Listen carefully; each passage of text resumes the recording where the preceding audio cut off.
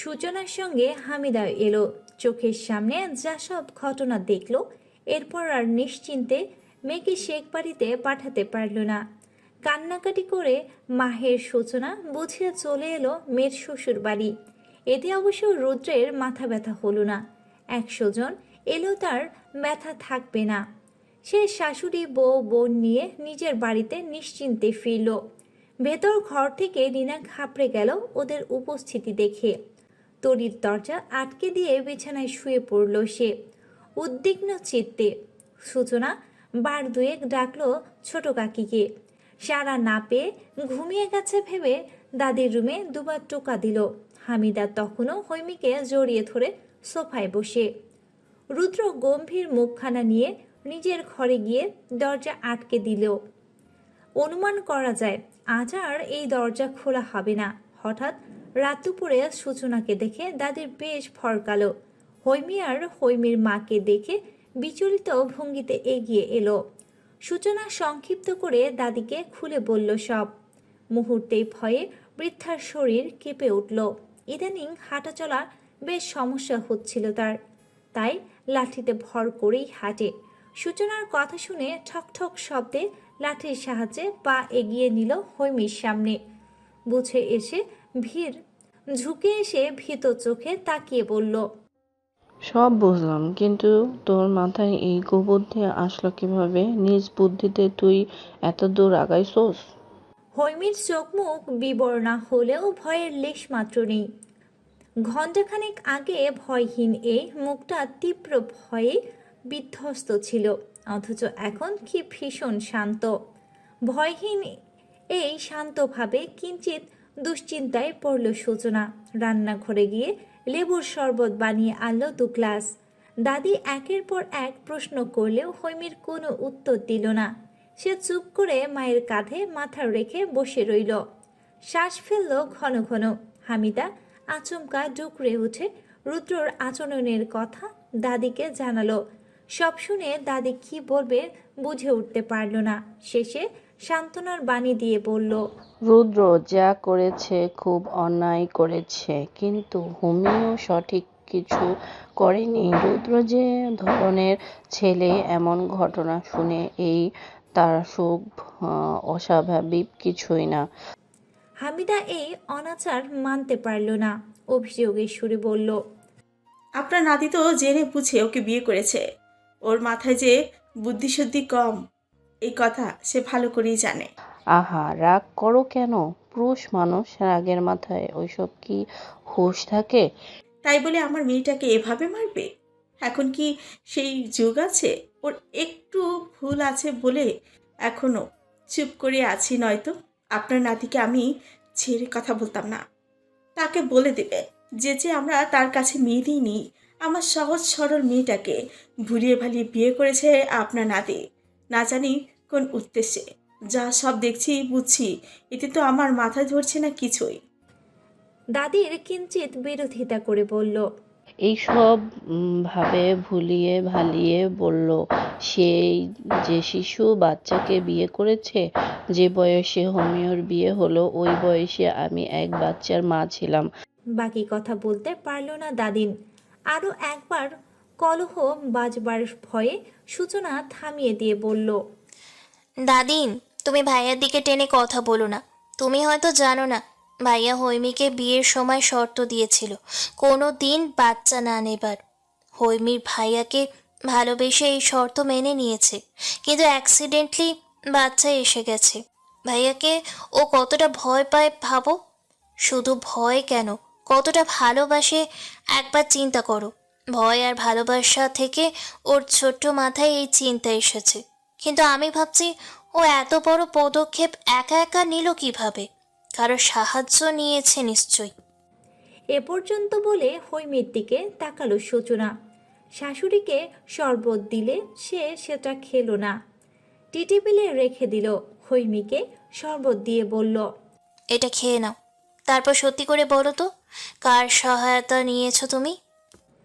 শরবতটি হাতে নিল না হৈমি। সূচনার দিকে এক পলক তাকিয়ে চোখ ফিরিয়ে নিল। দোতলার একপাশে কান খাড়া করে দাঁড়িয়ে সমস্ত কথাই শুনল রুদ্র। সূচনার প্রতিটি কথাই তার কর্ণকুহরে তীক্ষ্ণতার সঙ্গে প্রবেশ করলো। সূক্ষ্ম নজরে তাকিয়ে রইল হৈমির দিকে। হৈমি সূচনার প্রশ্নটিতে সম্পূর্ণ অগ্রাহ্য করল, মাথা ধরে বলল, আমি ঘুমাবো আম্মু।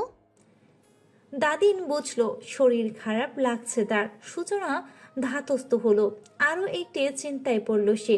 রুদ্র তো ঘরের দরজা বন্ধ করে দিয়েছে, হৈমি শুবে কথায়। এ চিন্তায় মাথা আসার দোতলার তাকাতে চমকে উঠল রুদ্র, থম মেরে তার দিকে তাকিয়ে। সূচনা ঢোক গিলে হৈমিকে বলল, আমার ঘরে গিয়ে ঘুমাও আজ। ভাইয়া তো রেগে আছে, রাগ কমলে ও ঘরে যেও। সূচনাকে সমর্থন করে হৈমিকে নিয়ে সূচনার ঘরে গেল হামিদা। মা মেয়ে একসঙ্গে শুয়ে পড়ল। হৈমি মায়ের সঙ্গে একটিও কথা বলল না, নিঃশব্দে চোখ বুঝল। মস্তিষ্কে মাথাচাড়া দিয়ে উঠল তখনকার ঘটনাগুলো, রুদ্রর বলা প্রতিটা বিষাক্ত কথাগুলো। দিশেহারা বুকটায় চিনচিন করে উঠল। কেবল একটাই প্রশ্ন, ভালোবাসো কোথায়? রাত পেরিয়ে সকাল হলো। ঘুম ভাঙতেই পাশে মাকে বসা পেল হৈমি। শুষ্ক মুখটা মলিন হাসল সে, আচমকা বলল, খেয়ে দিয়ে বাড়ি চলে যাও আম্মু। ভাবি এখানে, ভাইয়া একা একা কষ্ট হয়ে যাবে। কি চলে যাব মানে? তোকে একা রেখে চলে যাব আমি? অসম্ভব। ওই গুন্ডাটাকে এক বিন্দু ভরসা আমি করি না। এখন বুঝেছিস তো কেন আমি চাইনি ওর সঙ্গে তোর বিয়ে হোক? তুই নিজের পায়ে নিজে কেন কুড়াল মারলি মা?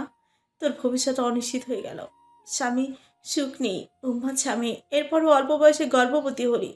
চিন্তায় আমার প্রেশার বাড়ছে। চিন্তা করো না আম্মু, আমার কিছু হবে না। রুদ্র কি বলেছে শুনিসনি? শুনেছি। চটপটে উত্তর হৈমির। হামিদা সন্দিহান চোখে মেয়ের দিকে তাকায়, বলল, এত কিছু হয়ে গেল তবু মেয়ে সিরিয়াস হলি না? এত কত বড় ধকলটা গেল কাল, এখনো গলায় লাল দাগ স্পষ্ট। মেরে ফেলতো তোকে। তাচ্ছিল্য করে হাসল হৈমি। এটা হাসি, এই হাসিটা কোনো সহজ সরল বাচ্চা মেয়েদের বোধহয় দেয়া সম্ভব না। হামিদা ঘাবড়ে গেল, তার মেয়েটা অতি দুঃখে পাগল হয়ে গেল নাকি? সহসা ফুপিয়ে কেঁদে উঠল সে। হৈমি বিচলিত হয়ে মাকে জড়িয়ে ধরল, ভরসা দিয়ে বলল, আমার কিছু হবে না আম্মু, তুমি প্লিজ বাড়ি ফিরে যাও। তোকে এ বাড়িতে একা ফেলে যাব না আমি। তুই কেন চলে যেতে বলছিস? জেদি স্বর হামিদার। হৈমির সহজ বাক্য। একা কোথায়, ভাবি আছে তো। হামিদার মন সায় দিল না। এক প্রকার জোর করেই দুপুরের পর হামিদাকে বাড়িতে পাঠিয়ে দিল হৈমি। মা চলে যাওয়ার যেন স্বস্তি মিলল তার। সে বুঝে গেছে তার জীবনটা জটিলতায় ঘিরে গেছে। তার অসহায় মা এই জটিলতার মধ্যে পড়ুক তা সে কোনোভাবেই চায় না। ভুল যখন সে করেছে শুধরাবে সে নিজেই। ভুল, হ্যাঁ ভুল। রুদ্রকে অন্ধের মতো ভালোবেসে নিজের মাতৃত্বের ত্যাগের সিদ্ধান্তটি মারাত্মক ভুল ছিল। পুরো বেলা কেটে গেল, রুদ্রের মুখোমুখি হতে হয়নি। রাতে ডিনারের সময় মুখোমুখি হলো। সে রুদ্রের দিকে তাকালো বারং কয়েক, রুদ্র তাকালো না একবারও। সকলের মধ্যে নীরবে খেয়ে দিয়ে চলে গেল রুমে। খাওয়ার সময় হঠাৎ দাদিন বলল, তোর মাথা কুবুদ্ধি খানা কে ঢুকাইছিল বলবি না তো? সহসা হৈমির চোখ চলে গেল রিনার দিকে। সে সামান্য দূরে দাঁড়িয়েছিল, চোখের ইশারায় করলো যেন কোনো মতেই তার নাম না নেই। হৈমি দীর্ঘশ্বাস ফেলল। তার চোখে দোষী ছোট কাকি নয়, দোষী সে নিজেই। আর এই দোষের উৎসাহ দাতা একমাত্র রুদ্র। গতকালে সেই মুহূর্ত সে এখনো ভুলতে পারেনি। রুদ্রের ভিন্ন ভিন্ন রূপ দেখতে দেখতে এবার সে বড্ড ক্লান্ত, যার জন্য সে সব ত্যাগ করলো। কাল সেই চোখে আঙ্গুল দিয়ে বুঝিয়ে দিল সে কত বড় ভুল করেছে।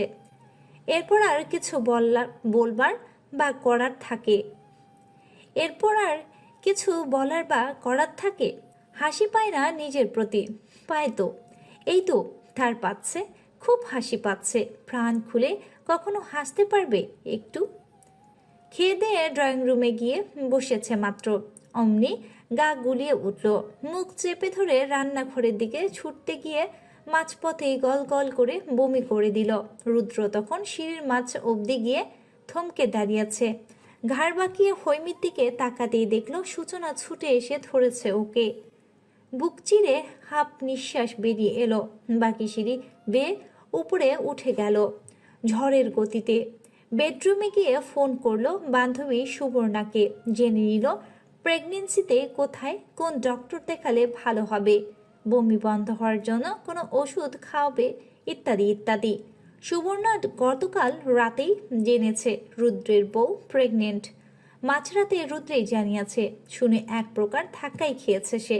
আচমকা জিজ্ঞেসও করে ফেলেছে। গম্ভীর কণ্ঠে রুদ্র উত্তর দিয়েছে। বান্ধবীর থেকে সব খোঁজ খবর নিয়ে সূচনাকে মেসেজ করল সে, আগামীকাল হৈমিকে ডক্টর দেখাবে।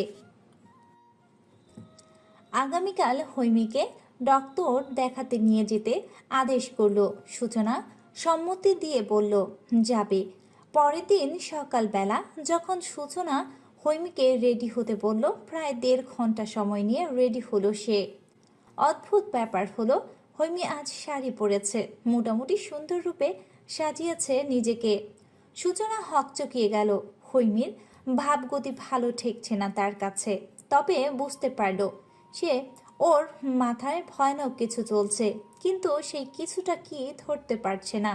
নিজেকে সম্পূর্ণ তৈরি করে নেয়ার পর রুম থেকে বেরোনোর সময় হঠাৎ সূচনা বলল। হৈমি, থমকে দাঁড়ালো সে, প্রশ্নসূচকে তাকালো সূচনার দিকে। সূচনা বলল, ভাইয়া সেদিন যাই বলুক মন থেকে বলেনি, রাগের মাথায় বলেছে।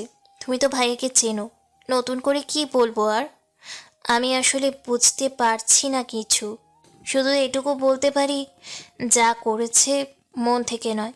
নিজের রাগকে নিয়ন্ত্রণ করতে বরাবরই ব্যর্থ ভাইয়া। হৈমি আচমকা থামিয়ে দিল সূচনাকে, বলল। দেরি হয়ে যাচ্ছে, তাড়াতাড়ি চলো ভাবি। সূচনা চুপসে গেল, ধীর পায়ে বেরিয়ে গেল হৈমির পিছু পিছু। বাড়ির মেইন দরজার সামনে এসে সহসা হৈমি বলল। কে কে যাচ্ছি? সূচনা বলল। তুমি আর আমি। অবাক হলো হৈমি, সহসা বাচ্চাদের মতো করে বলল। তোমার ভাই কোথায়? সূচনা ঢোক গিলে বলল। নিজের ঘরে। চোখ মুখ কুচকে ফেলল হৈমি, এক প্রকার চিৎকার করে বলল। আমাকে হসপিটালে নিয়ে যাওয়া কি তোমার দায়? যার বাচ্চা সে কোথায়? অন্যের বাচ্চাকে নিজের পেটে বহন করব আমি, আর সে ঘরে বসে আরাম আয়েশ করবে? অন্যের বউকে কামলা খাটাবে? তা তো হবে না। হৈমির চিৎকার শুনে সবাই যার যার ঘর থেকে বেরিয়ে এলো। রুদ্র বের হলো দ্বিতীয় চিৎকার শুনে। আমার পেটে যার বাচ্চা আছে তাকে ছাড়া হাসপাতালে যাব না আমি। হকচকিয়ে গেল উপস্থিত প্রতিটি সদস্য। সূচনা কিঞ্চিত লজ্জায় সীমাহীন ভয়ে জর্জরিত হলো। রুদ্রর গম্ভীর চোয়ালদয় পাথরের মতো শক্ত হয়ে উঠল।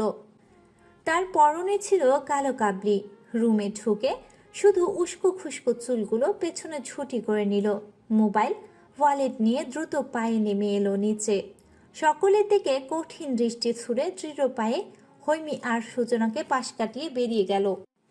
ভরাট স্বরে সূচনাকে বলল। দীর্ঘশ্বাস ছাড়ল হৈমি, সকলের দিকে তাকিয়ে সকলকে অবাক করে দিয়ে দাঁত কেলিয়ে হাসল। তারপর সূচনার পিছু পিছু বেরিয়ে গেল। সকলকে হতভম্ব রুদ্র নয়, হৈমির আচরণে। এই মেয়ের মাথায় চলছেটা কি? গাড়ির পেছন সিটে সূচনা হৈমি বসল। রুদ্র গাড়ি স্টার্ট করতেই সূচনা হৈমির দিকে চেপে বসে বলল। হৈমি, তুমি হঠাৎ এমন করছো কেন? কেমন করছি? উচ্চস্বরে করা হৈমির প্রশ্নটিতে গলা শুকিয়ে গেল সূচনার। চাপা স্বরে বলল। আরে আস্তে, ভাইয়া আছে তো। তো কি হয়েছে, আবার মারবে? প্রশ্নটা করে রুদ্রের দিকে তাকালো হৈমি। রুদ্রের দৃষ্টিও লুকিং গ্লাসে স্পষ্ট হয়ে থাকা হৈমির মুখটায়। হৈমি তীক্ষ্ণ চোখে তাকালেও রুদ্র ভ্রুজোড়া কুঁচকে গেল। স্টিয়ারিংয়ে থাকা হাত দুটো চঞ্চল হলো, গাড়ির স্পিড বাড়ল দ্বিগুণ। রুদ্রের মস্তিষ্কে আচমকা প্রশ্ন ঘুরপাক খেলো। রুদ্রের মনের কথাগুলো কিভাবে যেন বুঝে গেল হৈমি।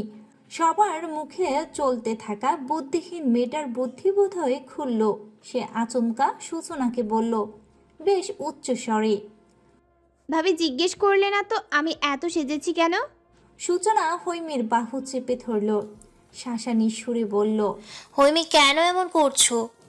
হৈমি শব্দ করে হেসে উঠল, অট্ট হাসি। রুদ্রর হাতছোড়া কেঁপে উঠল সে হাসির শব্দ শুনে। সূচনার বুকে কাঁপন ধরল।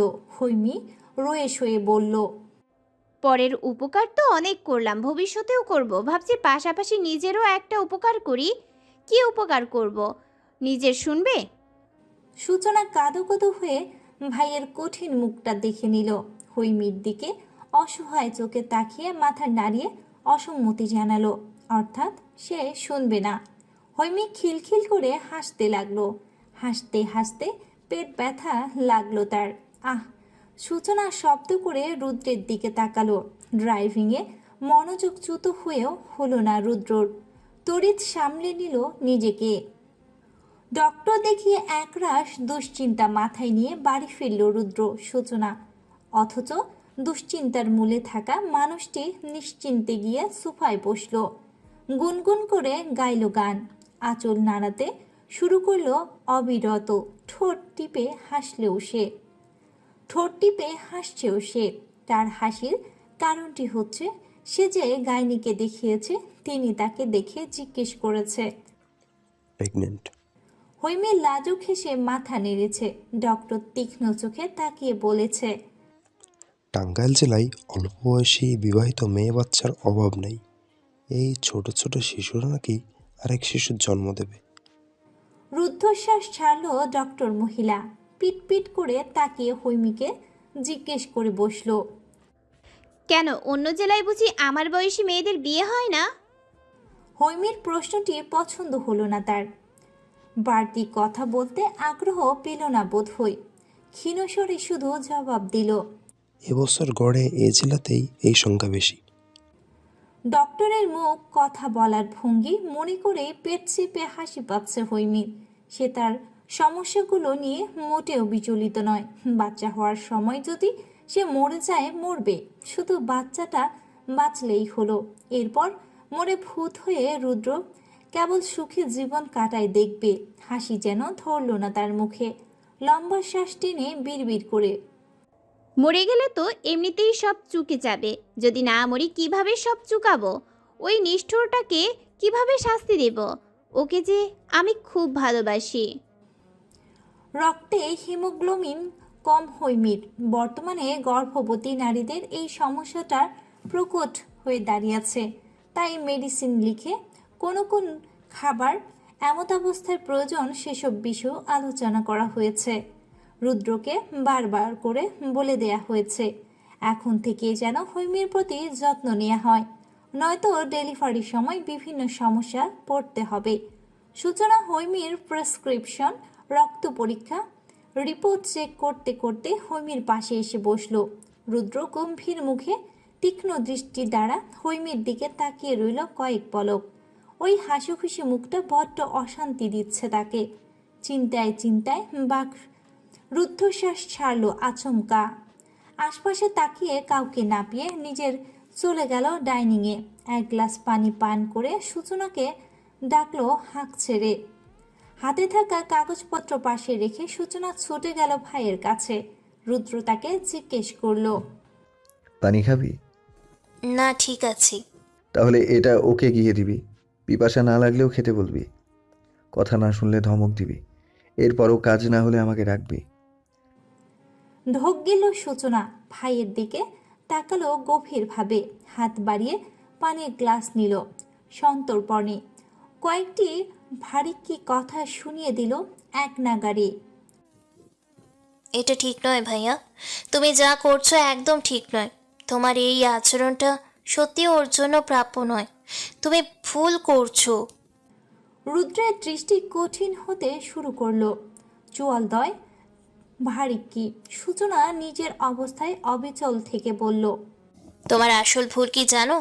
তুমি ঐমিকে ভালোবেসেও সেটা প্রকাশ করতে পারো না, অথচ ওর প্রতি কতটা চটে গেছো সেটা ঠিকই প্রকাশ করে দাও। একটা শিশু বাচ্চাকে যদি সব সময় মা বাবা শাসনে রাখে, ওই বাচ্চাটা কি বাবা মায়ের ভালোবাসা টের পাবে? পাবে না। ভালোবাসা কখনো টের পাবে জানো? ভালোবাসা কখন টের পাবে জানো? যখন একবার শাসন করে দ্বিতীয়বার ভালোবেসে কাছে টেনে নেবে, কোনটা ভুল কোনটা সঠিক বুঝিয়ে দেবে। তাছাড়া হৈমি যা করেছে এখানে আমি কোনো ভুল দেখছি না, কারণ ও যা করেছে স্বামীকে ভালোবেসে হারানোর ভয়ে করেছে। একটা মেয়ে তার স্বামীকে কতটা ভালোবাসে তুমি জানো না ভাইয়া? সেই ভালোবাসার গভীরতা জানতে হলে তোমাকে আগে বুঝতে হবে তাদের করা ত্যাগগুলোর কথা। আমাকেই দেখো না, মাহেরের জন্য আমি তোমাদের ছেড়ে ওর কাছে থাকি। কেন থাকি? দায়িত্ব আর ভালোবাসা থেকেই তো থাকি, তাই না?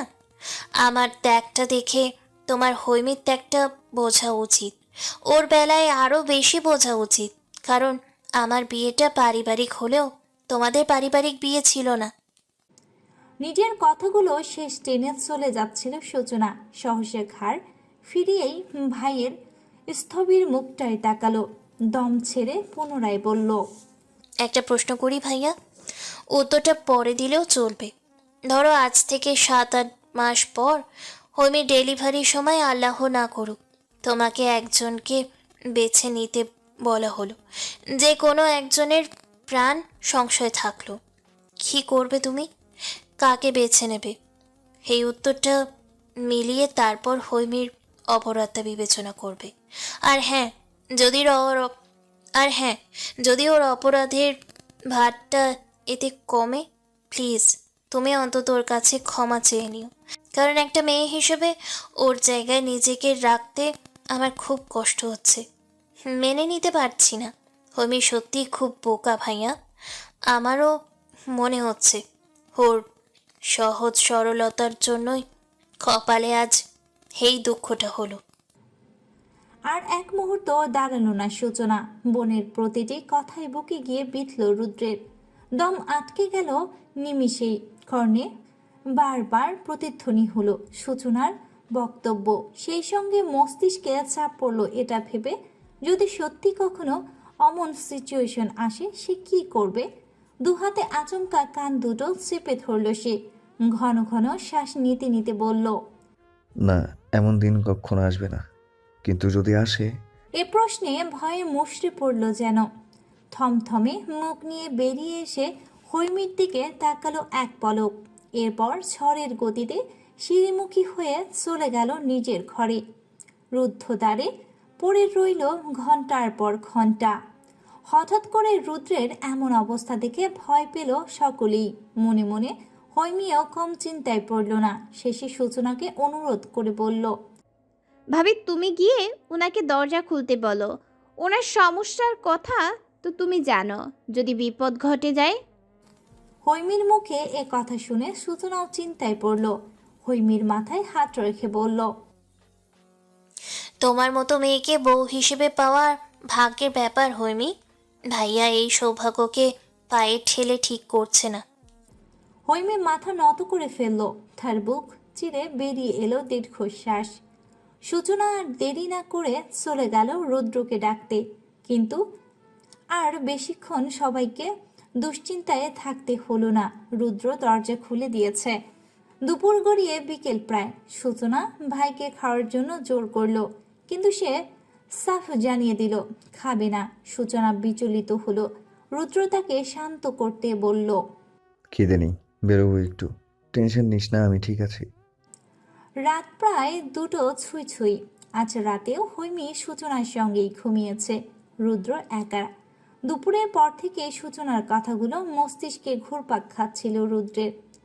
দুশ্চিন্তা কোনোভাবেই পিছু ছাড়ছিল না। রাতে খেয়ে দিয়ে শুয়েছে, অমনি তলিয়ে গেল গভীর ঘুমে। ঘুম ভেঙে প্রকট এক দুঃস্বপ্ন দেখে। যে বিষয়টা নিয়ে চিন্তায় চিন্তায় ব্লাড প্রেশার বাড়ছিল, ঠিক সে বিষয়টাই স্বপ্ন এসে ধরা দিল আচমকা। ভীষণ ঝকঝকে চকচকে ভাব। আসলে আমরা মানুষরা খুবই অদ্ভুত প্রকৃতির। কেউ সঠিক পথে চলতে গিয়ে ব্যর্থ হয়ে ভুল পথ বেছে নিই, কেউ ভুল পথ চলতে এতটাই অভ্যস্ত হয়ে পড়ে যে সঠিক পথের সন্ধান মনে কোনো প্রবৃত্তিও জাগে না। আমাদের মনে রাখা উচিত, ভুলে তরে জীবন সঁপে দেয়া মানব জীবনের কর্তব্য নয়। ভুল থেকে শিক্ষা নিয়ে সঠিকটা গ্রহণ করাই মানব জীবনের প্রকৃত কর্তব্য। হসপিটালের করিডোরে একটি চুক্তিপত্র হাতে বসে আছে রুদ্র। তার সামনে দাঁড়িয়ে হামিদা বেগম, মাহের, সূচনা। তিনজনের দৃষ্টি অশ্রুসিক্ত। সূচনা থপ করে তার সামনে বসে পড়ল, হাত জোর করে মিনতি করল। প্লিজ ভাইয়া, তুমি সই করো না। হৈমি বেঁচে থাকলে তোমরা আবার সন্তান নিতে পারবে। ও চলে গেলে ওকে কিন্তু আর ফিরে পাবে না। মাহের সূচনার দিকে কটমট চোখে তাকালো, কর্কশ গলায় বলল। মাহেরের উক্ত কথা শুনে সূচনা হাউমাউ করে কাঁদতে লাগলো। রুদ্রর পা খামচে ধরল, তবুও রুদ্রর মন গলল না। সকলকে কাঁদিয়ে সে বড্ড সই করলো, সকলকে কাঁদিয়ে সে বড সই করলো। তার বাচ্চা চাই। হৈমি যদি মারা যায় এর দায়ভার কারো না। মা বা বাচ্চার মধ্যে সে তার বাচ্চাকে বেছে নিল। এর আধ ঘন্টা পর ফুটফুটে নবজাত কোলে নার্স এগিয়ে গেল। হামিদা, মাহের, সূচনা কেউ এগুলো না। রুদ্র সকলের দিকে তাকিয়ে বিচলিত ভঙ্গিতে গিয়ে নবজাতকে আগলে ধরল, বুকে চেপে ধরে নিঃশব্দে নিঃশ্বাস ফেলে বিড়বিড় করল। আমার সন্তান আমার অংশ। পর মুহূর্তেই সূচনার গগনবিদারী চিৎকার শুনতে পেল। সেই চিৎকারে নবজাতকেরও গলা ফাটানো কান্না তীব্র হলো। সহসা কেঁপে উঠল রুদ্র। সূচনার বিধ্বস্ত মুখ ভেসে উঠল চোখের সামনে। রুদ্র নিজের মুখে তৃপ্তি ভরে হেসে নবজাতকে এগিয়ে ধরল সূচনার দিকে। সূচনা দুপা পিছিয়ে গেল আচমকা, কাঁদতে কাঁদতে বলল, মাহের আমাকে তালাক দিয়েছে ভাইয়া, অফিসিয়ালি নোটিশ পাঠাবে। থমকানো স্বরে রুদ্র প্রশ্ন ছুড়ল। কিন্তু কেন? সূচনা কাপা হাতে তর্জনী উঁচিয়ে দেখালো সম্মুখের দিকে। একটি সিঙ্গেল বেডে সাদা কাপড় মোড়ানো হৈমি, শুধু মুখের উপরে কাপড়টাই উন্মুক্ত। সহসা এহেন দৃশ্য দেখে রুহ কেঁপে উঠল রুদ্রর। হাত পা হয়ে গেল অবশ, ভুলে গেল কোলে থাকা নবজাতকের কথা। আচমকা ছেড়ে দিল নবজাতককে ধরে রাখা দু হাত। সূচনা কানের কাছে এসে বিভৎস এক চিৎকার করে বলল, হে কি করলে ভাইয়া? শেষ পর্যন্ত নিজের সন্তানকেও মেরে ফেললে। আচমকিতে রুদ্র দৃষ্টি নামল। সাদা টাইলসের তাজা রক্তের বন্যা বইছে, কারণ সদ্য জন্মানো নিষ্পাপ শিশুটির মৃত্যু ঘটেছে তারই ভুলে। দুঃস্বপ্ন দেখে ঘুম ভাঙল আচমকা। সর্বাঙ্গ মৃদু মৃদু কাঁপছে রুদ্রের। বুক শুকিয়ে চৈত্রের খরাতে রূপান্তরিত। শরীর ঘেমে জবজব, বড্ড অস্থির লাগছে। হাতড়িয়ে টেবিল ল্যাম্প জ্বালালো সে। জগে এক ফোঁটা পানিও নেই। থাকবে কি করে? হৈমি তো এ ঘরে নেই। সে থাকলে নিশ্চয়ই সবটা গুছিয়ে মনে করে জগ ভর্তি পানি রাখত। দুঃস্বপ্ন সাদা কাপড় হৈমির পবিত্র মুখটি বুকের ভিতরটা শূন্য করে লিখল তার। টনটনে অনুভূতি হলো প্রগাঢ়ভাবে। মাথাটা ঝিমঝিম করছে। কোনো রকম ভারী শরীরটা তার করল। হাঁটতে গিয়ে ভারসাম্য হারাতে চাইল কয়েকবার, তবুও সাবধানে নিচে গেল। পিপাসা মিটিয়ে মনের ব্যথা কমাতে চলে গেল সূচনার ঘরের সামনে। ভেরানো দরজা ঠেলে ভিতরে ঢুকে পড়ল সে। বিনা অনুমতিতে ড্রিমলাইটের আলোতে স্পষ্ট দেখতে পেল হৈমির ঘুমন্ত মুখশ্রীর মুখবয়। অস্থির বুকটা ধীরে ধীরে শান্ত হতে শুরু করলো। দৃঢ় পায়ে গিয়ে বসলো হৈমির পাশে। হাত বাড়িয়ে নাকের কাছে আঙ্গুল ঠেকালো। শ্বাস প্রশ্বাস ঠিকঠাক আছে দেখে স্বস্তির নিঃশ্বাস ফেলল। হৈমি ঘুমিয়ে তাই নির্বিঘ্নে চুমু খেলো কপালে, দুই গালে। ফিরে আসার মুহূর্তে থমকে বসলো পুনরায়। উষ্ণ হাতটা স্পর্শ করলো হৈমির গলায়। চোখ বুজে হাফ নিঃশ্বাস ছাড়ল। সূচনার দিকে তাকিয়ে সহজ গলায় উচ্চারণ করলো। তোর প্রশ্নের উত্তর আমি খুঁজে পেয়েছি সূচনা, কিন্তু উত্তর তোকে আমি দেব না, কাউকেই দেব না, কারণ এতে আমি অপরাধী হয়ে যাব, ভয়ঙ্কর অপরাধী।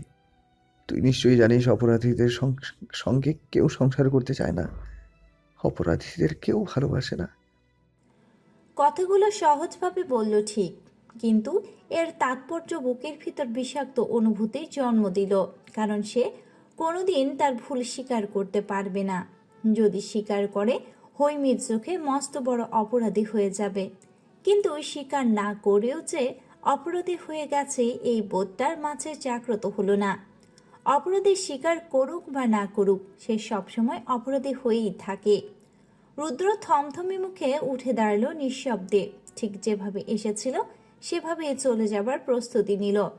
প্রস্তুতি অনুযায়ী প্রস্থান করতে সক্ষম হলো না। অদৃশ্য এক মায়াজালে আটকে পড়ল আচমকা।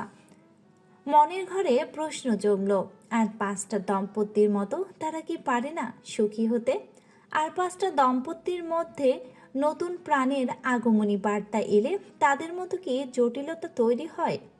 হয় না তো। নিষ্ঠুর বাস্তবতা তার শৈশবে চাপা পড়েছে বলে এর অংশীদার তার সন্তান কেন হবে? হৈমির বা দোষটা কোথায়? ভালোবাসা কি কখনো অপরাধ হয়? মেয়েটা তাকে ভালোবাসে, ভয়ঙ্করভাবে ভালোবাসে। তার মতো করে সে কি ভালোবাসতে বা বাসতে পারবে? রুদ্র বেসামাল হৃদয়ের তিক্ত হয়ে দানা বাঁধল করুণ এক সত্যি। আত্মোপলব্ধি হলো সে স্বার্থপর, ভীষণ রকমের স্বার্থপর একটা মানুষ সে। সময়ের পরিবর্তনে পরিস্থিতির ভারে একটা স্বার্থপর কিভাবে হয়ে গেল? আপন মনেই বড় বিস্ময় জেগে উঠল। দৃষ্টিজোড়া ঝাপসা হলো সহসা। অজান্তেই আবারও বসে পড়ল হৈমির পাশে। ভারী নিঃশ্বাস ফেলছে ক্রমশ। বলিষ্ঠ ডান হাতটা ধীরে ধীরে এগিয়ে নিল, হৈমির উদর স্পর্শ করল সন্তর্পণে। চোখ বুজে শ্বাস রোধ করে অনুভব করার চেষ্টা করলো আরেক অপরাধীকে। হ্যাঁ, অপরাধী, যে পৃথিবীতে না এসেই বাবা মায়ের মধ্যে ঝামেলা লাগিয়ে দিয়েছে। শিশুসুলভ ভাবনায় বুধ হতেই দু চোখের কার্নিশ পেয়ে কয়েক ফোঁটা অশ্রু গড়াল। ঠোঁট কামড়ে হাসল কিঞ্চিত। কয়েক পল হাত বুলায় উষ্ণ উদরে, চুমু খেতে মুখও এগোলো। নড়াচড়া করে উঠল হৈমি। রুদ্র চট করে কামিজের ফালি উঠালো। ভেজা ঠোঁটে শব্দ করে চুমু খেলো তলপেটে। আচমকা চোখ খুলল হৈমি। রুদ্র আর এক মুহূর্ত ব্যয় না করে ছটপট রুম ত্যাগ করল। তড়াক করে উঠে বসল হৈমি। খোলা পেটে হাত রেখে পলক ফেলল ঘন ঘন, নিঃশ্বাস ফেলল দ্রুত। পাশে তাকিয়ে ঘুমন্ত সূচনাকে দেখে নিল জহুরি চোখে। আশপাশে সচেতন দৃষ্টি বুলিয়ে পুনরায় কাঁথা গায়ে শুয়ে পড়ল। কতক্ষণ পিটপিট করে মেকি হাসল চোখ বুজে, বিড়বিড় করে বলল, আপনি চলেন ডালে ডালে, আমি চলি পাতায় পাতায়। বেআই মশাই, আপনি বোধহয় ভুলে গেছেন ঘুমন্ত হৈমি এতটা নিশ্চুপ থাকে না। ভাগ্যিস গভীর ঘুমায়নি, তাই তো আপনার রুমে প্রবেশ করার সাথে সাথে আপনার পারফিউমের ঘেরানটা বুকটা ঢিপ ঢিপ করে উঠছে। গোপনে এসে এতগুলো আদর দিয়ে গেলেন। কী ধরনের মানুষ আপনি? ভালোবাসা প্রকাশের সৎ সাহসটা নেই, অথচ ক্ষোভ প্রকাশের পূর্ণ সাহস রয়েছে। দীর্ঘশ্বাস ফেলল সে। ভবিষ্যৎ নিয়ে বিন্দু মাত্র দুশ্চিন্তা সে করছে না। দুশ্চিন্তা কেবল রুদ্রর মন নিয়ে, রাগ নিয়ে, বেসামাল চিন্তা চেতনা নিয়ে। আর এসব কারণেই কঠিন এক সিদ্ধান্ত নিয়েছে সে। এই সিদ্ধান্ত নিতে তাকে সহায়তা করেছে তার বেস্ট ফ্রেন্ড, খালাতো বোন টিশা। এবার দেখার অপেক্ষা সিদ্ধান্তটি কতটা যৌক্তিক। দিন গোনা শুরু। কাঙ্ক্ষিত সময়টা আসতে অনেকগুলো মাস অপেক্ষা করতে হবে, ধৈর্য ধরতে হবে, বাচ্চাটাকে সুস্থভাবে পৃথিবীতে আনতে হবে। সবশেষে শান্তি এটাই বাচ্চাটার কিছু হয়নি। সে তো রুদ্রের ভয়ে উন্মাদ হয়ে গিয়েছিল।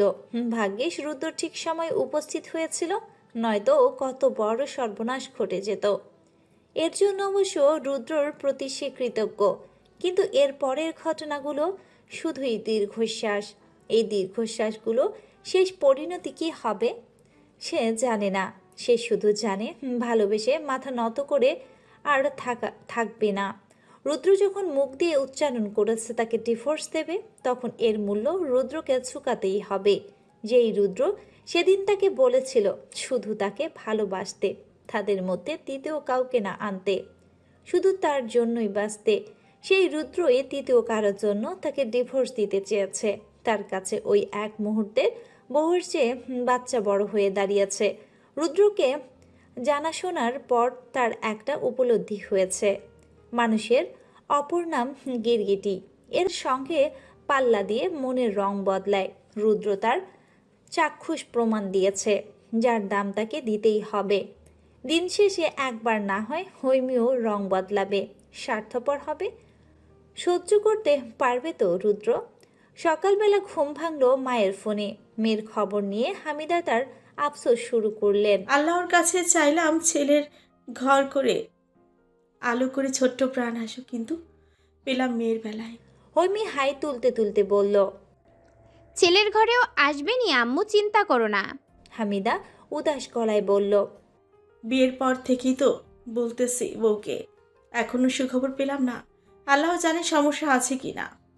আমার তো সন্দেহ হয় ওরা আদৌ ডাক্তার দেখিয়েছে কি না। উফ আম্মু, অযথা চিন্তা করছো তুমি, সেরকম কিছুই না। থাক, বাদ দেও সব। রুদ্রর কথা বল, সব ঠিকঠাক আছে তো? শোন হৈমি, এরপর যদি আর একবারও তোর গায়ে ও হাত তোলে, আমি কিন্তু বধূ নির্যাতনের কেস দিয়ে দিব ওর নামে। খিলখিল করে হেসে উঠল হৈমি, বলল। তুমি চিন্তা করো না তো আম্মু, কিছুই হবে না। দোয়া করে সময় দ্রুত চলে যাক আর আমিও ফিরে আসি। আতকে উঠল হামিদা, বলল। ফিরে আসি মানে? কবে, কখন? চুপসে গেল হৈমি, ক্ষীণ স্বরে বলল। বাচ্চাকে তার বাবার কাছে দিয়ে তবেই ফিরবো। চমকালো হামিদা, গা শিউরে উঠল নিমেষেই। কি ভয়ানক কথা! শঙ্কিত গলায় বলল। বাচ্চা কে দিয়ে আসি মানে? এটা কি দোকান কেনা জিনিসপত্র নাকি? কষ্ট করবি তুই? তুই হলি মা, মায়ের অধিকার সবচেয়ে বেশি। কোন দুঃখে তুই ওকে দিয়ে আসবি? আসলে এখনই আয়, তোর ভাই এখনো বেঁচে আছে, আমি বেঁচে আছি, কোনো সমস্যা হবে না। কোন দুঃখে দিয়ে আসবো সেটা তোমাকে বোঝাতে পারবো না। তুমি এসব কারো সাথে শেয়ার করবে না, শুধু জানবে আমি যা করবে ভেবেচিন্তেই করব। তুই আর কি সর্বনাশ করবি নিজের? আর কি সর্বনাশ হওয়ার বাকি আছে বল আমাকে? ধরে নাও শেষ একটা সর্বনাশই করব। এক থাপ্পড় খাবি। নিজের সিদ্ধান্ত নিজে নেওয়ার মতো বয়স এখনো তোর হয়নি, এর জন্য একের পর এক ভুল করছিস, সর্বনাশ বয়ে আনছিস। সিদ্ধান্ত নিতে বয়স লাগে না আম্মু, বাস্তবতাই শিখিয়ে দেয় কিভাবে সিদ্ধান্ত নিতে হয়। রাখছি আমি। এ ব্যাপারে প্লিজ তুমি কাউকে কিছু বলবে না। হামিদাকে আর কিছু বলার সুযোগ দিল না সে, চট করে ফোন কেটে দিল। উত্তেজিত হয়ে পড়ল হৈমি, মাহেরকে ডেকে সমস্ত কথাই বলল। দেরি না করে মাহের কল করল হৈমিকে। মায়ের উপর বিরক্ত হলো হৈমি, মাহেরকে বুঝিয়ে বলল। চিন্তা করো না ভাইয়া, আমি তোমাকে সবটা বুঝিয়ে বলবো। মাহের বিচলিত ভঙ্গিতে বলল। নিজের জীবনের আর কোনো সিদ্ধান্ত একা নিও না হৈমি, তুমি এখনও ছোট। অন্তত আমার উপর বিশ্বাস করে সবটা জানিও। আর হ্যাঁ, যে কোনো সমস্যায় পড়লে তৎক্ষণাৎ আমাকে জানাবে। ভাইয়ের সঙ্গে কথা বলে ফোন কেটে দিল হৈমি। কিছুক্ষণ পর সূচনা রুমে এলো, মিষ্টি এক হাসি উপহার দিয়ে বলল। ফ্রেশ হয়েছো? নাস্তা রেডি। হৈমি দুদিকে মাথা নাড়ল। সূচনা এসে রুম ঝাড়ু দিল। এরপর বেরিয়ে যেতে উদ্যত হলে হৈমি ডাকল। ভাবি এদিকে আসো, কথা আছে। সূচনা কিঞ্চিত বিচলিত হলো, ফিরে এসে বসলো হৈমির পাশে। হৈমি কোনো প্রকার ফণিতা ছাড়াই বলল। সবার আগে আমি তোমার ননদ, এর পরের সম্পর্কগুলো আপাতত ভুলে যাও। সহসা হৈমির মুখে এমন কথা শুনে ভড়কে গেল সূচনা। হৈমি পুনরায় বলল। ননদের শ্বশুর বাড়িতে এতদিন এসে থাকাটা লোকে ভালো চোখে দেখে না। এবার তুমি বলবে এটা তোমার বাপের বাড়ি, ভাইয়ের বাড়ি, এখানে এসে মাসের পর মাস থাকতেই পারো। তাহলে আমিও বাঘিনী ননদ হয়ে বলবো, এটা যদি করো আমার ভাইয়ের জন্য দ্বিতীয় বিয়ের সম্বন্ধ বন্দোবস্ত করতে হবে। সূচনার বুকটা থক করে উঠল। চোখের পলক পড়ল ক্ষণ ক্ষণ, বিস্ময়ে মুখ হা। মনে হচ্ছে 18 বছর বয়সী হৈমি নয়, তার সম্মুখে 40-এর ঊর্ধ্বে এক হৈমি বসে আছে। বেশ বিচক্ষণ নারী, ভারী বুদ্ধি সম্পন্ন, রায়বাঘিনী নন্দিনী যাকে বলে। ঢোক গিলল সে, বিস্মিত কণ্ঠে বলল, আমি শুধু ভাইয়ার কথা এখানে নেই, মাহেরও আমাকে তোমার দেখাশোনার জন্য এখানে থাকতে বলেছে। কেন, আমি কি পঙ্গু হয়ে গেছি যে আমার দেখভাল করার জন্য আলাদা লোক লাগবে? তাছাড়া আমি যার বউ, যার বাচ্চা আমার পেটে, সেই আমার দেখাশোনা করুক। সে কি অযোগ্য, সে কি অকর্মা, নাকি সে প্রতিবন্ধী যে তার বউকে দেখাশোনার জন্য আরেকজনের বউকে ধার করতে হবে? বাক্যগুলো প্রায় চিৎকার করে উচ্চারণ করলো সে। দূর দূর থেকে মনে হলো বেশ ঝগড়া লেগেছে, তাই ছুটে এলো রুদ্র। পাশের ঘরের সাদমানেরও ঘুম ছুটে গেল। খালি গায়ে চোখ কচলাতে কচলাতে সেও বেরিয়ে এলো। নিচ থেকে রুদ্র আর সাদমানকে দেখে রিনাও উপরে চলে এলো। সূচনা হৈমিকে আসতে কথা বলতে অনুরোধ করলো। শুনল না হৈমি, চিৎকার করে বলল, আমার ভাই কি বউকে বাপের বাড়ি রাখার জন্য বিয়ে করেছে? এই বাড়ির মেয়ে যদি শ্বশুর বাড়িতে নিজ কর্তব্য পালন না করে বাপের বাড়ি এসে থাকতে পারে, আমি কেন পারবো না? আজই বাপের বাড়ি চলে যাব আমি। শক্ত মূর্তি নিয়ে দাঁড়িয়ে পড়ল রুদ্র। সাদমানের ঘুমটা পুরোপুরি ভেঙে গেল। রিনার মুখ হা হয়ে গেল হৈমির মুখে এ ধরনের কথা শুনে। এসব বলার মেতো নয় সে। ভূতে এটুতে ধরল নাকি? সকলের উপস্থিতি টের পেয়ে, বিশেষ করে রুদ্রর উপস্থিতি সচক্ষে দেখে হৈমির গলায় জোর বাড়ল। সে রাগে ফোঁস করে বলল, আমি এ ঘরে কেন? কেন আমি এ ঘরে থাকছি? আমার কি এই ঘরে থাকার কথা? যে আমাকে বিয়ে করে এই বাড়িতে এনেছে, তার ঘরে কি বন্যা হয়েছে, নাকি তার ছোঁয়াচে রোগ আছে কোনটা? রুদ্রর কঠিন ভাবমূর্তি দেখে সরে গেল সাদমান। সূচনাকে তাকে মানাতে হবে। আচ্ছা আচ্ছা, এত রাগ করো না। বাবা আসুক, এরপর মাহের এসে আমাকে নিয়ে যাবে। তুমি প্লিজ শান্ত হও। পিটপিট করে তাকিয়ে রইল হৈমি। চোখ টিপে হাসলো আড়ালে, বলল, হ্যাঁ, তাড়াতাড়ি চলে যাব। আমার আম্মু চাতক পাখির মতো অপেক্ষা করছে ছেলে ঘরের নাতি নাতনি মুখ দেখার জন্য। মন দিয়ে সংসার করবে আর আল্লাহর কাছে আম্মুর জন্য নাতি নাতনি চাইবে। অন্যের বউকে নিয়ে এত ভাবার দরকার নেই। যার বউ সে যদি দেখে রাখতে না পারে, পারুক। এর জন্য এর দায় অন্যরা কেন নেবে? নিজে সুখী থাকবে না বলে অন্যদের সুখ কেন কেড়ে নেবে? বউকে ভালোবাসার যোগ্যতা তার নেই বলে অন্যের যোগ্যতাকে খাটাতে দেবে না কেন? আমার ভাই তো কারো মতো কাপুরুষ না যে বউকে চোরের মতো ভালোবাসবে। এক নাগারে কথা বলে হাঁপিয়ে উঠল হৈমি। পানি পিপাসে লেগে গেল তার। সূচনা বুদ্ধিমতী মেয়ে, তাই হঠাৎ হৈমির অদ্ভুত আচরণের কারণ টের পেয়ে গেল। তাই রাগ করল না একটুও, বরং স্বস্তিই পেল। মাহেরকে ছেড়ে থাকতে তার ভীষণ কষ্ট হচ্ছিল। আর বেচারা মাহের, একদিকে বোন অন্যদিকে বউ, দুই মেরুর টানে চুপসে রয়েছে। সব দিক বিবেচনা করেই হৈমি সকাল সকাল হট্টগোল বাজিয়েছিল, যা সবার জন্যই মঙ্গল বই আনবে। কিন্তু তার এই হট্টগোলের মাঝে চরম অপমানিত হয়েছে রুদ্র, যার পরিপ্রেক্ষিতে না পারল কিছু বলতে আর না পারল সহ্য করতে। দাঁতে দাঁত চেপে শুধু স্মরণ করে গেল তার বউ তাকে কাপুরুষ বলেছে, অযোগ্য, অকর্ম। আর যেন কি মনে করতে পারল না। গম্ভীর মুখটা আরো বেশি গম্ভীর করে বসে রইল নিজ রুমে।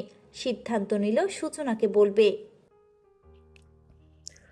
হৈমি যেন রাতে তার ঘরে গিয়ে ঘুমায়। প্রাকৃতিক নিয়মেই দিন পেরিয়ে রাত এলো। হৈমির চুল আঁচড়াচ্ছিল। সূচনা রুমে এসে বলল, হৈমি, ভাইয়া ওই ঘরে যেতে বলেছে তোমায়। একটুও খারাপ আচরণ করবে না, কথা দিয়েছে। ভ্রু বাঁকিয়ে তাকালো হৈমি। অবিশ্বাস্য সুরে বলল, কথা দিয়েছে? কিন্তু আমি যাব না। তুমি গিয়ে বলো হৈমির বিন্দুমাত্র ইচ্ছেও করছে না ও ঘরে যেতে, একটুও শখ জাগছে না। তাহলে সকালবেলা চেঁচামেচি করলে কেন? দরজার সামনে দাঁড়িয়ে ভারী কি স্বরে প্রশ্নটি ছুড়ল রুদ্র। চমকে উঠল সূচনা।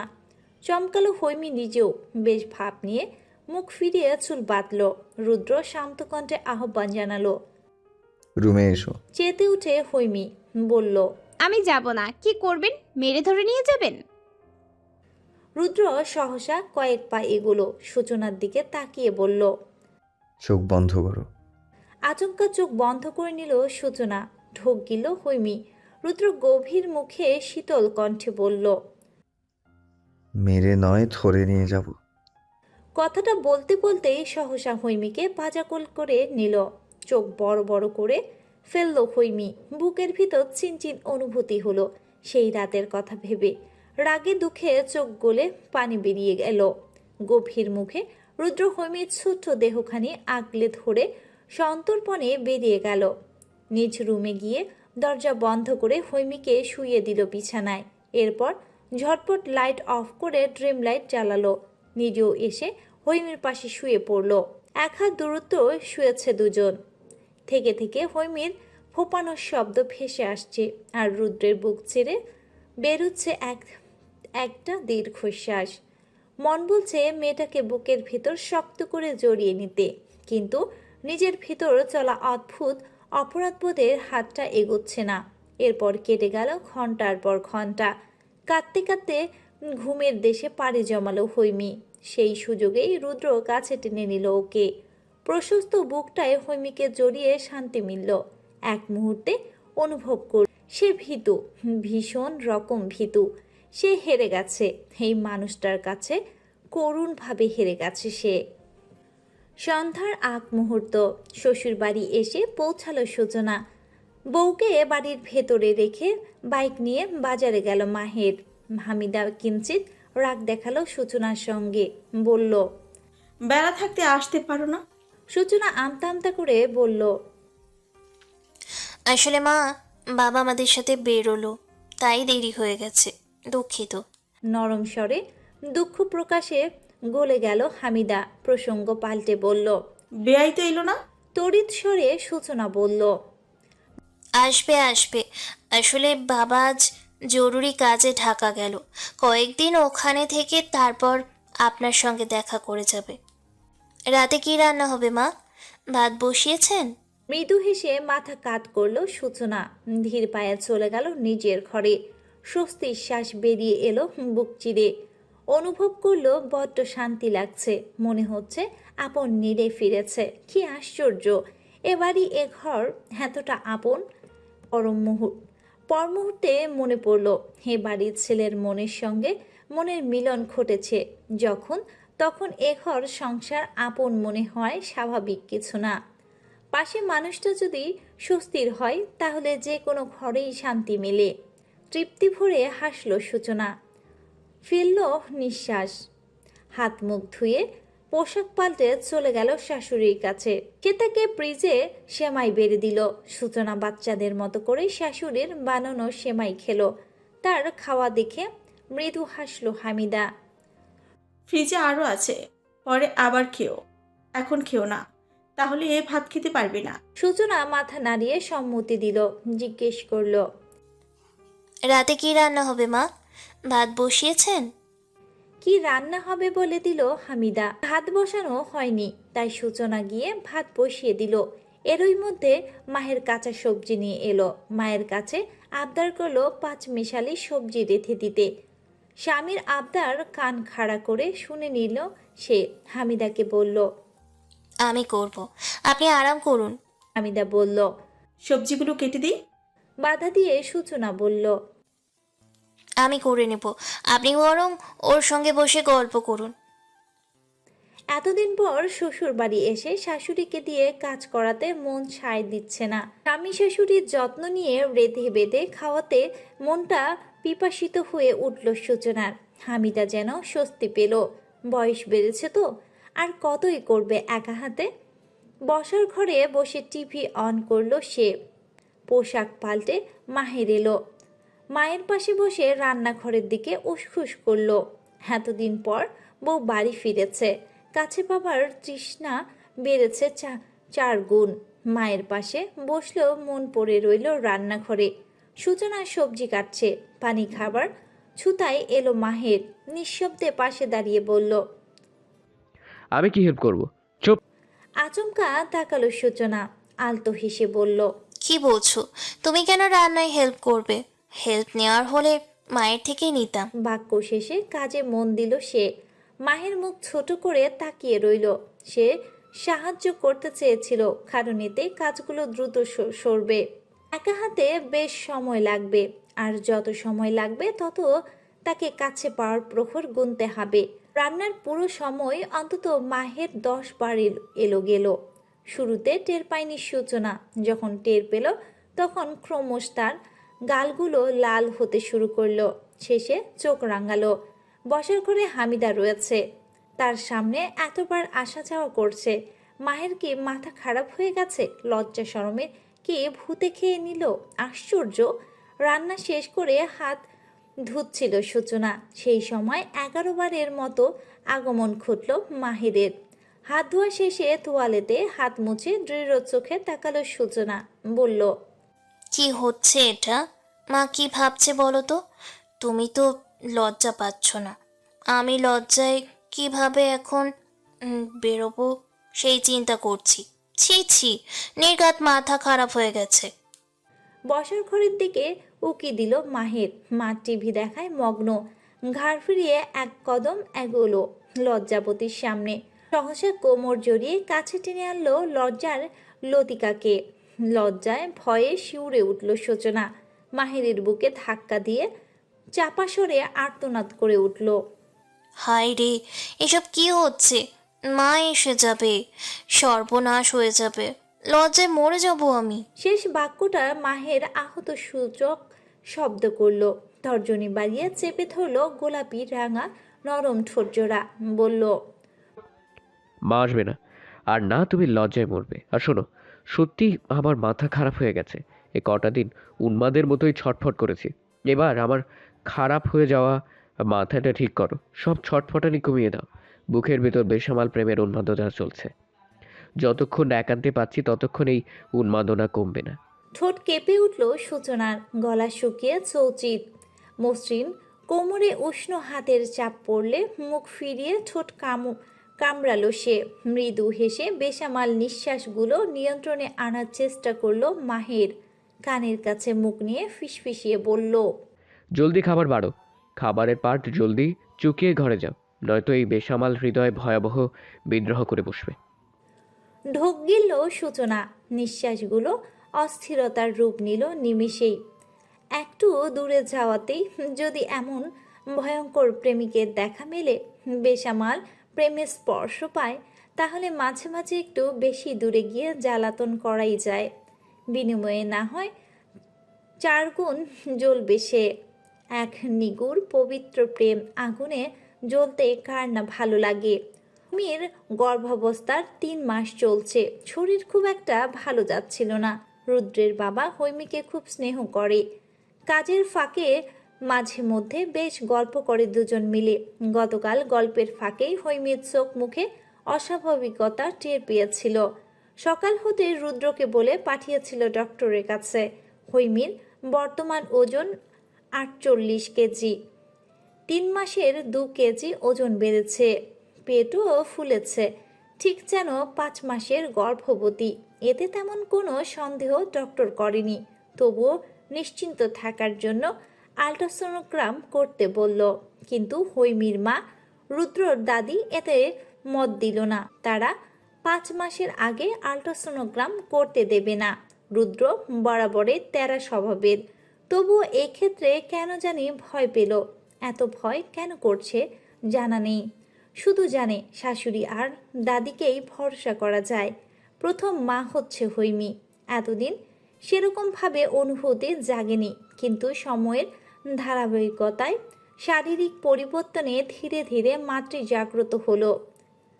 আজকাল ঘুমের ঘোরেও সে বেশ সচেতন থাকে। আগের মতো ছটফট হাত পা ছুড়াছুড়ি করে না। সর্বক্ষণ মন মস্তিষ্ক জুড়ে থাকে তার মাঝে কেউ আছে। তার একটু অসাবধানতার কারো ক্ষতির কারণ হতে পারে, এই নিয়ে তার ভয়ের শেষ নেই। তার সে ভয়টাই চোখ পড়েছে রুদ্রের। হৈমি যেমন প্রথম মা হচ্ছে, সেও প্রথম বাবা হচ্ছে। তাদের জীবনে প্রতি কিছু ঘটছে, সবই দুজনের কাছে নতুন। তারা দুজনেই যেন সদ্য হাঁটতে শেখা শিশু, যে যেভাবে পা ফেলতে বলছে তারা যেন ঠিক সেভাবেই পা ফেলছে। হাসপাতাল থেকে বাড়ি ফেরার পর বমি হলো হৈমির। বাথরুমে ঢুকে বমি করেছিল সে। শব্দ শুনে দৌড়ে এলো রুদ্র। কাঁধ চেপে ধরলো আচমকা। রাশভারী ভরাট চোয়ালে মানুষটার মুখ ছোট হয়ে গেল। দু চোখে নেমে আসলো রাজ্যের দুশ্চিন্তা। বমি করতে করতে অস্থির হয়ে পড়ল হৈমি। চোখে মুখে পানি দিয়ে শরীর এড়িয়ে দিল রুদ্রর বুকে। আতঙ্কিত রুদ্র মিয়ে গেল। পাজা কোল করে হৈমিকে নিয়ে বিছানায় শুইয়ে দিল। টেনশনে হাঁটু কাঁপছে তার।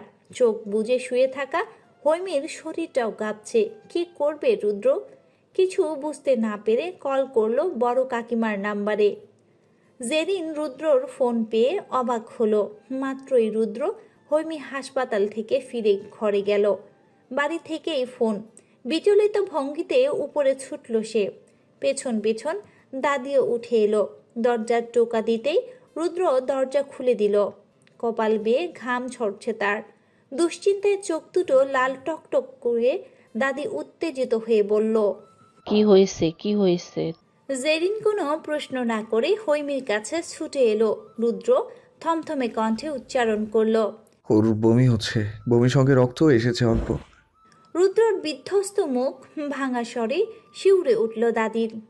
জেরিন অবাক হলো রুদ্রের অবস্থা দেখে। হৈমির মাথায় হাত বুলিয়ে বলল, আরে চিন্তার কিছু না, বমি করতে করতে গলা ফেটে হয়তো একটু রক্ত এসেছে, এমন হয়।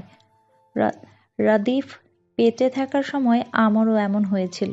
জেরিনের দিকে নির্লিপ্ত চোখে তাকালো রুদ্র। তার ভিতরে কি চলছে কেবল সেই জানে। অনুভূতিটা ঠিক প্রকাশ করতে পারছে না। ভয় হচ্ছে তার, খুব ভয় হচ্ছে। কেন হচ্ছে? হৈমিকে ভালো ডক্টর দেখাতে হবে, শীঘ্রই ভালো ডক্টর দেখাতে হবে। ভাবতে ভাবতে সে সেলফোন বের করলো। কল করলো বান্ধবী সুবর্ণাকে। কিন্তু আশ্চর্য ঘটনা হলো, সুবর্ণা তার ভয়টাকে পাত্তাই দিল না। তার মতে গর্ভাবস্থায় এসব খুবই স্বাভাবিক ঘটনা। রাগ করে ফোন কেটে দিল সে। কিছুক্ষণ রেস্ট নিয়ে হৈমির অবস্থার উন্নতি ঘটল। আচমকা চোখ খুলে সে জেরিন কাকিকে বলল, খুব খিদে পেয়েছে, আমি ভাত খাবো। জেরিন তড়িৎ চলে গেল খাবার আনতে। দাদির চিরুনি নিয়ে হৈমির পাশে বসলো। চুল আঁচড়ে বলল, তেল দিয়ে নে দে, এমন সময় মাথা শক্ত রাখতে হয় না। হৈমি বলল। না না, তেল দিয়ে থাকতে পারি না আমি। রুদ্র 5 মিনিটে গোসল শেষ করে বের হলো। ডিভানে বসলো নির্লিপ্ত ভঙ্গিতে। জেরিন খাবার এনে বিছানার সাইড টেবিলে রাখলো। দাদি হৈমির চুল আঁচড়ে বেঁধে দিল। রুদ্রকে বলল, ও খেতে থাকুক, তুই চলে গেলে খেয়ে নিবি। যাও বৌমা, ওর জন্য খাবার বাড়ো। জেরিন দাদি দুজনেই চলে গেল। হৈমি রুদ্রর দিকে কিয়ৎকাল চেয়ে থেকে নিঃশ্বাস ছাড়ল। বলল, এত চিন্তা দেখাতে হবে না, খেয়ে নিন গিয়ে। দীর্ঘশ্বাস ফেলল রুদ্র। উঠে এসে হৈমির পাশে বসে শান্ত কণ্ঠে জিজ্ঞেস করলো, আসলে তোমার কেমন লাগে হৈমি?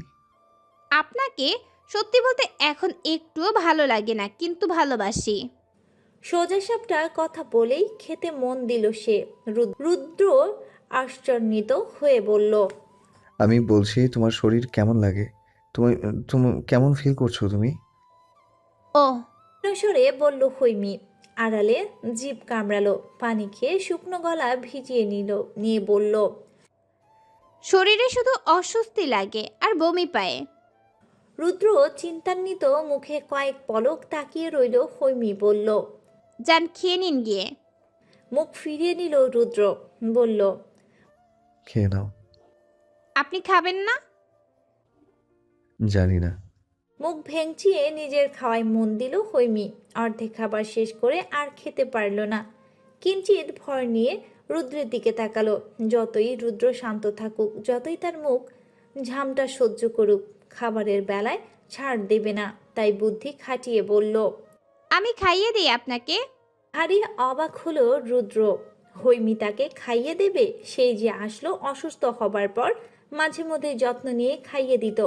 অমন বুকের ভেতরটায় যেন ভালো লাগার স্পর্শ পেল।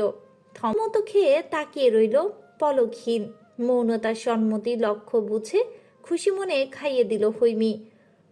সুযোগে একটু ভালোবাসা লুফে নিল রুদ্র। টের পেল হৈমি। মনে মনে রহস্যময় হাসলো খুব। খাওয়া শেষ করে নিজের শরীরের অবস্থা জানিয়ে মেসেজ করলো টিশাকে।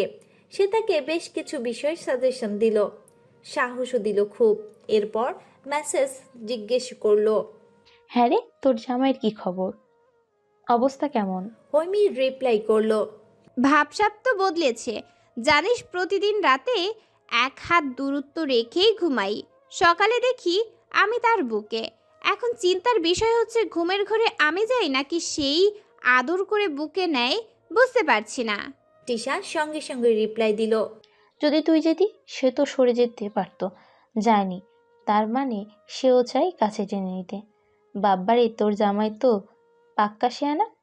হৈমি হাসলো কিঞ্চিত, বলল, জানিস, হাসপাতাল থেকে এসে একবারে বাইরে যায়নি। ডিভানে বসে আছে, থেকে থেকে আমার দিকে তাকিয়ে কি যেন ভাবে। আমার যে কি হাসি পাচ্ছে। তোর কথা শুনে তো আমার পেটে খিল ধরে যাচ্ছে। এই শোন, রাতে শুধু ঘুমাস? রুদ্র ভাই আদর টাদর করতে চায় না? মাঝে মধ্যে করতে এসে আমি সরিয়ে দেই। বাহ, মানে এতদিন একবার ধরা দিসনি? আরে বইন, মেনে যায় না। কি? তাও 2 দিন হয়ে গেছে। জানিস তো এমন হয়ে যায়। শোন, মাঝে মাঝে একটু একটু ধরা দিবি, পুরুষ মানুষ বুঝিসই তো। আর শোন, আবার যেন গলে গিয়ে নিজের পরিকল্পনা থেকে সরে যাস না। মনে রাখিস, পুরুষ মানুষকে জব্দ এত সহজ না। রুদ্র ভাই যতই ভালো মানুষ দেখাক, পুরাপুরি গলবি না। আগে একটা ধাক্কা দিবি, তারপর টেনে তুলবি, বুঝছিস? যাই, আমার বাবুটার কান্না করছে, পরে নখ দিব আবার। আচ্ছা, টাটা।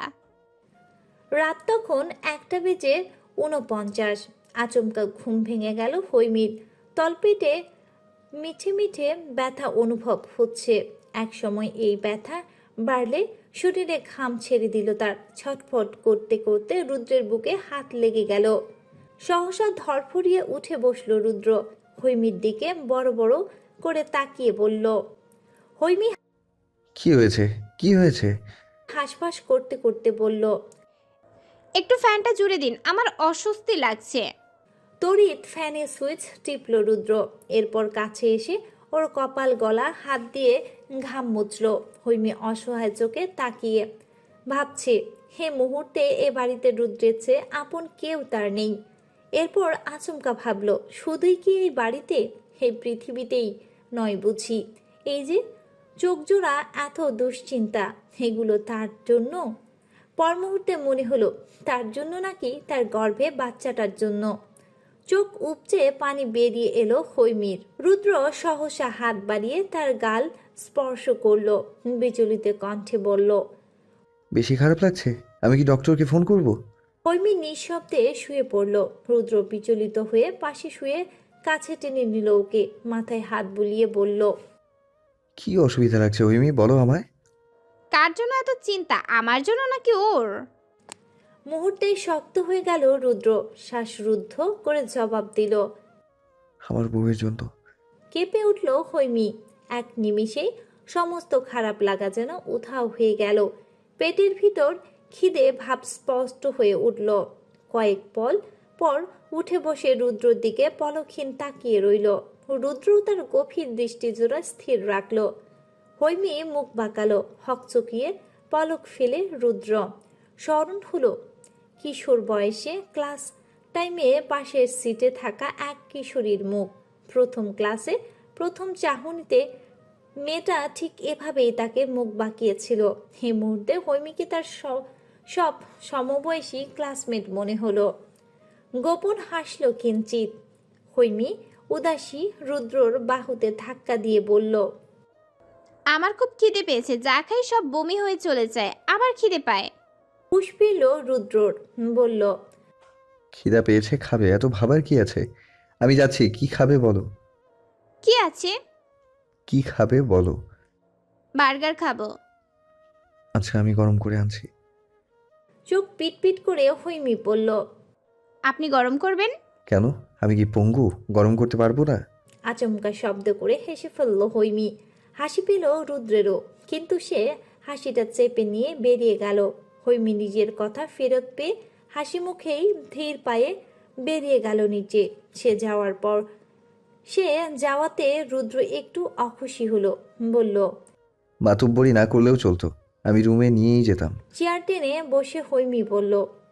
যতটুকু করেছেন এতেই ধন্য। বার্গার গরম করে হৈমিকে দিয়ে জুস আনতে গেল রুদ্র। নিয়ে এসে বলল। এটা রুমে গিয়ে খাবে, সে পর্যন্ত ঠান্ডা কমুক। ডিরেক্ট ঠান্ডা খাবে না, ডক্টর নিষেধ করেছে। মাথা দুলালো হৈমি। রুদ্র তাকে বসিয়ে ডাইনিং থেকে বের হলো।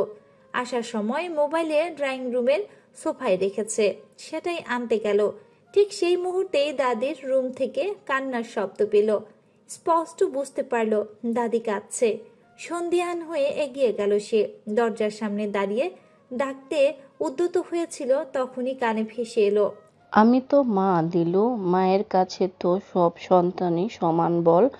আমারও তো মন চায় 3 ছেলেকে একসঙ্গে খুশি দেখি, 3 ছেলে চোখের সামনে থাকুক, মা মা ডাকুক। ওপাশের কথা শুনল না রুদ্র। দাদি অবাক, আবার বলল। আমি তোকে কালই ঢাকায় পাঠাবো, বাড়িতে কবে আনতে পারবো জানি না, কিন্তু আমি চেষ্টা করব। বাপ, তুই চিন্তা করিস না, ছেলেটার দেখে রাখিস। শরীরটা নড়ে উঠল রুদ্রের। রাগে দুঃখে সরে যেতে উদ্যত হতেই হৈমি মুখোমুখি হলো। হৈমি কিছু বলতে ঠোঁট নাড়াতেই সে তার ঠোঁট চেপে ধরল। তারপর হাত টেনে চলে গেল উপরে নিজেদের ঘরে। ঘরে গিয়ে মুখ খুলল হৈমি, বলল। দাদিন দিলওয়ার চাচার সাথে যোগাযোগ রেখেছে। রুদ্র সহসা চোখ বুজে ফেলল। সত্য কোনোদিন চাপা থাকে না, একদিন না একদিন বেরিয়ে আসে। দাদি তার চোখে ধরা পড়েছে অনেক আগেই, আর হৈমির চোখেও ধরা পড়ে গেছে। নিজের ক্রোধটুকু নিয়ন্ত্রণে এনে রুদ্র বলল। এ কথা কাউকে বলবে না, মনে থাকবে? মাথা নাড়িয়ে হৈমি বলল। থাকবে। মলিন হাসল রুদ্র। দরজা বন্ধ করে বিছানায় এসে বসল। ঘাড় খিচ্ছে তার। হৈমি বুঝল অনেক কিছুই। তার নিঃশব্দে এসে পাশে বসল।